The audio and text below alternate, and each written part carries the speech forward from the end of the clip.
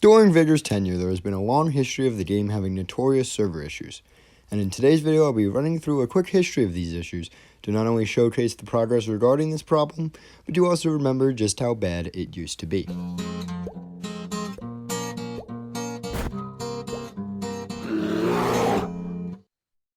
To start this video, we must first go back to Point 8. Point 8 was a terrible time for Vigor players, with tons of bugs, grinds that would take months to even get any progress into, very little information about the game existing on both YouTube, wikis, or anywhere. But for the purposes of this video, we will be focusing on the server outage issues that existed during Point 8. Much like everything else in Point 8, it was far worse than we have now. I personally remember every Friday or weekend, if it was past 6 p.m. EST, I would often find myself asking Bobo or any of my other friends who played the game if the servers had gone down yet. Because it really wasn't a matter of if they would go down, but when they would go down. But to bring more objectivity to my memory, I used a source that existed back in the day. And while it doesn't exactly provide data from Point 8, it does provide data that is useful for this video. The source that existed was @VigorServer. This was an account run by ex-partner named Hackerboy who would tweet out every time the servers went down. And while he started his work a bit after the main issues that existed during Point 8 got fixed, his work is still integral to understanding the scale of the issues. I also used Pekka's personal account, which would also occasionally tweet out when there were server outages. Combining these two, we can make a short history of a little insight into a short period of time when both of them were reporting about server problems. The first reported server down is from Pekka on August 1st, 2019, followed by a second server outage on August 2nd, a third one on the 3rd, and the one on the 3rd is also going to be the first server outage that is reported by VigorServer. The next server downage was on the 5th, and according to both VigorServer and Pekka, this was to do upgrades to the servers. VigorServer reports that the upgrades to the servers went into effect and that the servers went back up on the 6th. So that was a particularly long outage. The next outage was on the 8th during the free weekend, and according to VigorServer, the servers were on and off the entire free weekend. And as someone who played during the free weekend, I can confirm this. The servers were in and out very much. On the 11th, which is 3 days later, VigorServer reported frequent crashes overall.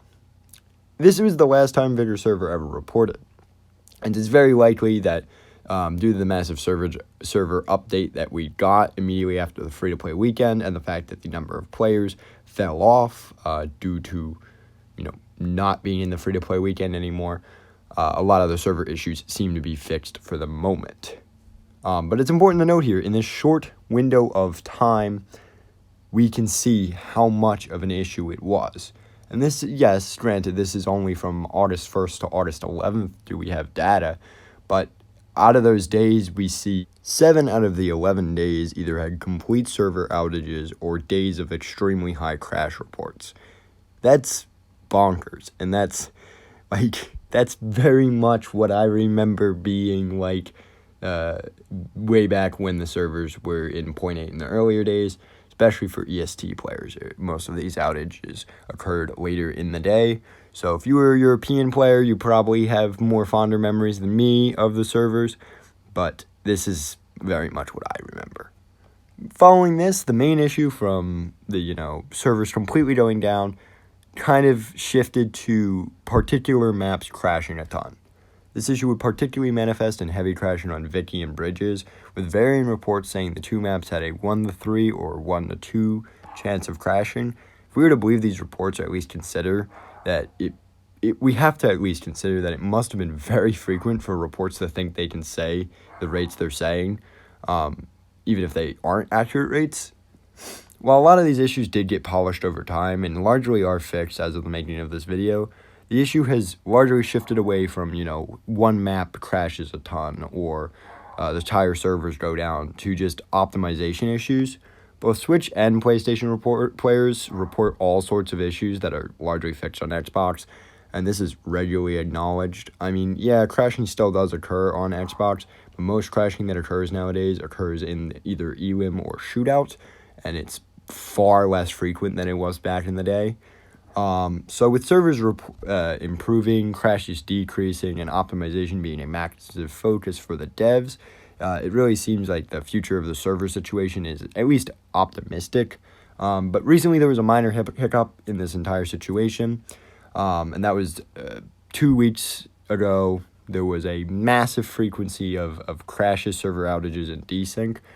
This was due to a series of events that the devs explained in DevStream 37. I've already made a video on DevStream 37, and I'll have the link to my video in the description. And since most of these issues are now fixed, according to the devs, and with the servers still being upgraded almost continuously, I have much reason to believe that the servers will be just continually getting improved. And I understand there are still a lot of issues with like desync. But if desync is the largest issue and full-on crashes and server outages are no longer an issue, it's a clear sign that progress is being made. And I think we have reason to believe that eventually the servers will be polished enough that even desync becomes rare. But those are just my opinions and just a recollection of what occurred in the past. Until next time, guys, this has been Christopher Beast. See y'all next time.